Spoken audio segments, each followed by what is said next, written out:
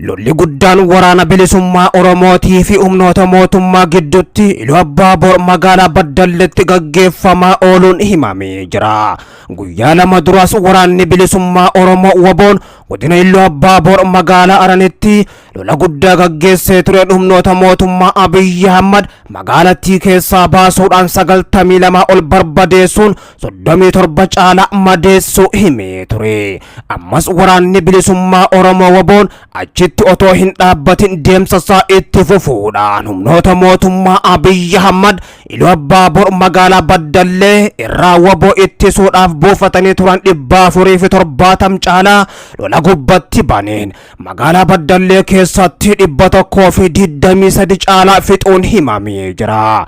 Ajajaan waraana bilisummaa Oromoo Jaalmarroo waadaa qabna saba Oromootiif toluma duuna erga ja'anii booddee waraanni keenya xiyyaara isaas argee taankii isaas argee jira. Kilaashumaan jala siqanii loluudhaan sabicha bilisa baasuu qabna erga ja'anii humni isaanii WBO'n lola yeroo ammaan tana gaggeessaa jiruun fuula isaa gara magaalota Oromiyaa gurguddatti waan deeffatee jiru fakkaata. Waraanni bilisummaa Oromoo WBO'n lixaa fi jiddu galeessattis lolaaf yeroo socho'u humni guddaan akka bokkaa didichuu fi akka galaanaatti wal guuree deemu yoo laggeen galaana gurguddaa fi holqa daandii dirree fi jallas keessuma lohuudhaan yoo qaxxaamuru viidiyooleen garagaraa fi suuraaleen miidiyaa hawaasummaa hedduu irrattis mul'achaatuma jiru.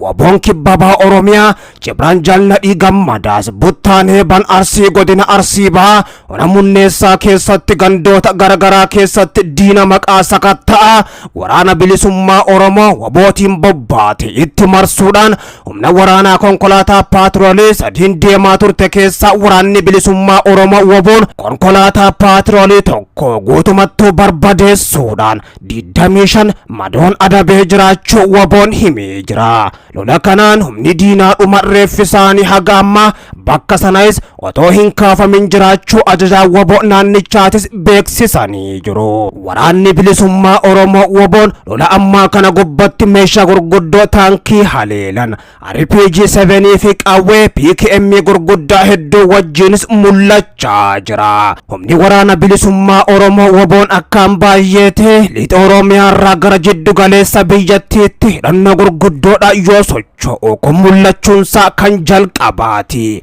Akkuma kanaan dura Shimallis Abdiisaadha humni ABO Shanee gaafa TPLF'n loluuf nuti deemne ammoo hidhannoo gurguddoos hidhatee lafa hedduus qabatee nu eegee ture. Waan nuti hin beekne qabatee adeemaa jira jechuun dubbachaa turan. Ammas waraanni bilisummaa Oromoodha hidhannoowwan gurguddoo hidhachuudhaan keessattuu dhukaatuu rookeetiidha kan akka RPG-7 fi qawwee PKM gurguddaadhaan humnoota mootummaa Abiyyi Ahmad waxalaa akka jiruu fi konkolaataa hedduus RPG-7 gubaa barbadeessaa jiraachuu isaatu mul'achaa jira.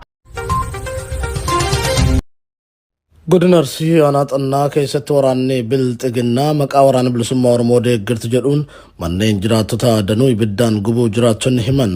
Aanaa ganda baadiyyaa Soolee Utaafiim Soolee Caffee jedhamu keessatti manneen qonnaan bultootaa ibiddaan barbadeeffaman 26 ol tahuu kan himan jiraattonni qabeenya jiraattotaatii hidhattoota mootummaan akka saamame odeeffanne.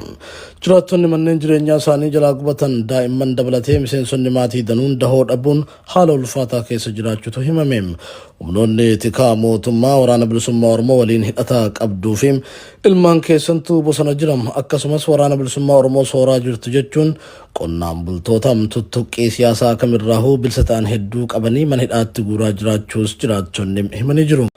Udmal fakkaatuun waraanni mootummaa godina Shawaa Kaabaa Salaalee Aanaalee fi gandootam garaa keessatti uummata nagaa goolaa jiraachuun dhagahame.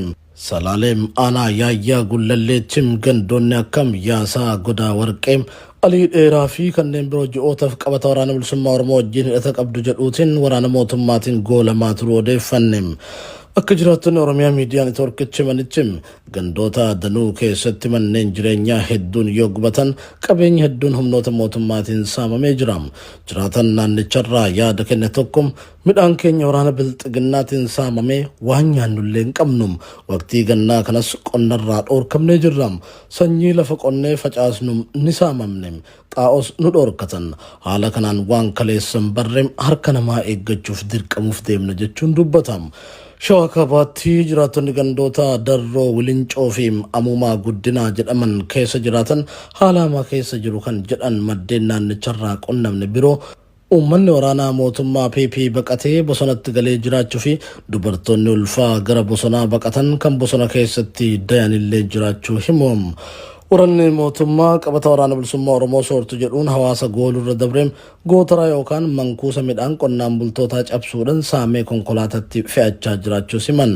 Kanaaf goolinsi kun yoo hin dhaabbanne beelaaf gadadoo hamaaf nu saaxila sodaa jedhan qabaachuus jiraachonni himanii jiru.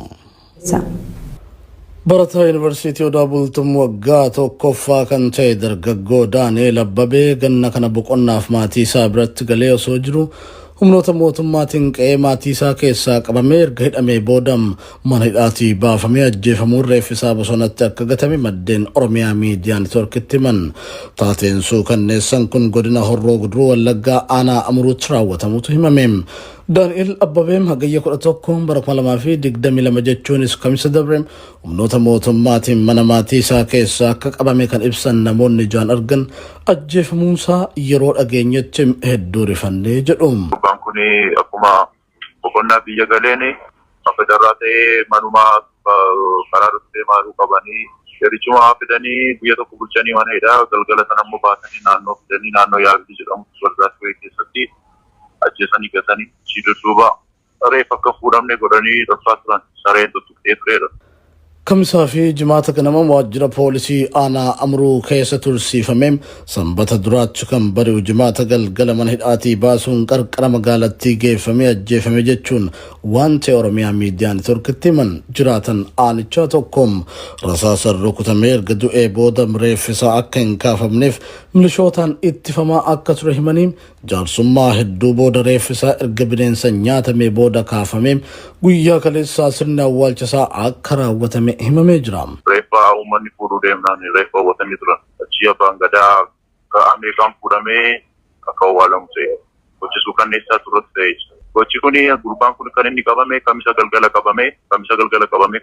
achi bulee jimaata galgala ajjeefame. Amma eegu kaleessa uummanni akkuma bakka gijjiimaa karateetii awwaalamee jira.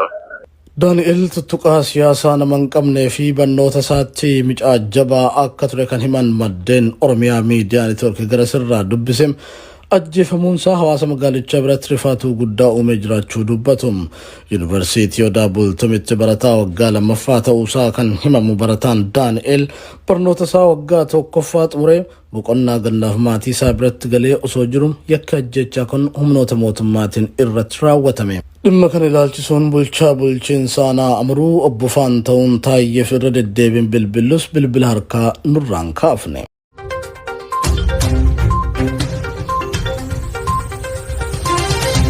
Waraanni Raashiyaa fi Yuukireen jidduutti adeemsifamaa jiru lammiilee biyyoota lamaanii qofa osoo hin taane addunyaa guutuu irratti muddama midhaan nyaataa fi dhiyeessii garaagaraa uumeetii jira. Raashiyaan kan Yuukireen weerarte biyyoota lixaa dabalatee dhaabbilee idil addunyaatiin balaaleffatamaatii jirti. Mootummaan Volodimir Zeleniskii weerara mootummaa Vladimir Puutin qolachuuf loluu irratti kan argamu yoo ta'u magaalota loltoota Raashiyaatiin qabaman deeffachuuf qabsoo jibbaataa taasisaatii jira. Dabalataan loltoonni Raashiyaa magaalota birootti akka hin ceeneef riiqichoota magaalota wal qunnamsiisan kutuu irratti argama. Haaluma kanaan riiqichi magaalaa Kersoonitti argamuun haleellaa Yuukireen irratti raawwattee cinceetii jira. Yuukireen torbaan tokko duras riiqicha guddicha Antooniivskim jedhamu barbadeessuu beeksifteetii turte. Riiqichi lammaffaa Yuukireen barbadeessee jira jette kun hidha Noovaa Kaakoovaa irratti kan ijaaramedha. Yuukireen magaalaa Kersoonii fi naannawaa ishee deebistee loltoota Raashiyaa harkaa fudhachuuf haleellaa cimaa gochaatee jirti. Kersoon magaalota gurguddoo Yuukireen qabdu keessaa tokko yoo taatu akkuma lolli Raashiyaa fi Yuukireen gidduutti ka'ee loltoota Raashiyaatiin magaalaa to'atamteedha. Komaandiin Opereeshinii ajaja kibbaa waraana Yuukireen riqichi hidha Noovaa Kaakoovaa barbadaa'u irraa kan ka'e tajaajilaan ala ta'ee jira jechuun fuula feesbuuka isaa irratti barreesse. Tekni waraana UK odeeffannoo waa'ee waraana Yuukireen guyyaa guyyaan kennu akka jedhetti ammoo haleellaa Yuukireen geggeessite daandii laga Dniipiroo wajjin wal qunnamsiisuun Raashiyaan meeshaalee waraanaa gurguddaa dhiyeessuu akka hin dandeenyetti miidhamee jira jedhe.